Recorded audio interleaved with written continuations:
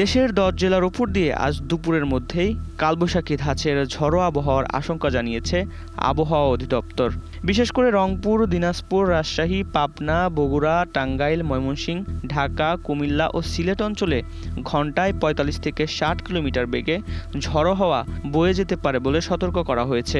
একই সঙ্গে বজ্রসহ বৃষ্টি হওয়ার প্রবল সম্ভাবনা রয়েছে। নদীবন্দরগুলোকে ১ নম্বর সতর্ক সংকেত দেখানো হয়েছে। আবহাওয়াবিদদের মতে এটি পুরোপুরি ঘূর্ণিঝড় না হলেও কালবৈশাখীর মতো হঠাৎ শক্তি সঞ্চয় করা ঝড় হতে পারে। ৪৫ থেকে ৬০ কিলোমিটার বেগের দমকা হাওয়া স্বাভাবিক জীবনযাত্রায় বড় ধরনের প্রভাব ফেলতে পারে।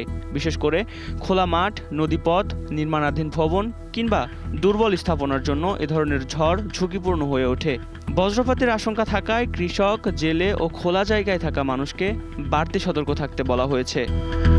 উন্নত প্রযুক্তি এবং অভিজ্ঞ চিকিৎসক দলের নিরলস প্রচেষ্টায় আমরা আছি আপনার পাশে। ডেল্টা হাসপাতাল। এদিকে নদীবন্দরগুলোতে চলাচলকারী নৌযানগুলোকে সতর্কতার সঙ্গে চলাচলের নির্দেশ দেওয়া হয়েছে। ছোট নৌকা ও ট্রলারগুলোকে নিরাপদ আশ্রয়ে থাকতে বলা হয়েছে। বিশেষজ্ঞরা বলছেন, কালবৈশাখী সাধারণত স্বল্প সময় স্থায়ী হলেও এর তীব্রতা অনেক সময় ভয়াবহ রূপ নেয়। তাই সতর্কবার্তাকে হালকাভাবে না নেওয়ার পরামর্শ দেওয়া হচ্ছে। আবহাওয়ার এই আকস্মিক পরিবর্তনে সাধারণ মানুষের মধ্যেও বাড়ছে উদ্বেগ। বিশেষ করে বজ্রপাতের সময় মোবাইল ব্যবহার, গাছের নিচে আশ্রয় নেওয়া কিংবা খোলা মাঠে অবস্থান না করার আহ্বান জানিয়েছে সংশ্লিষ্ট কর্তৃপক্ষ।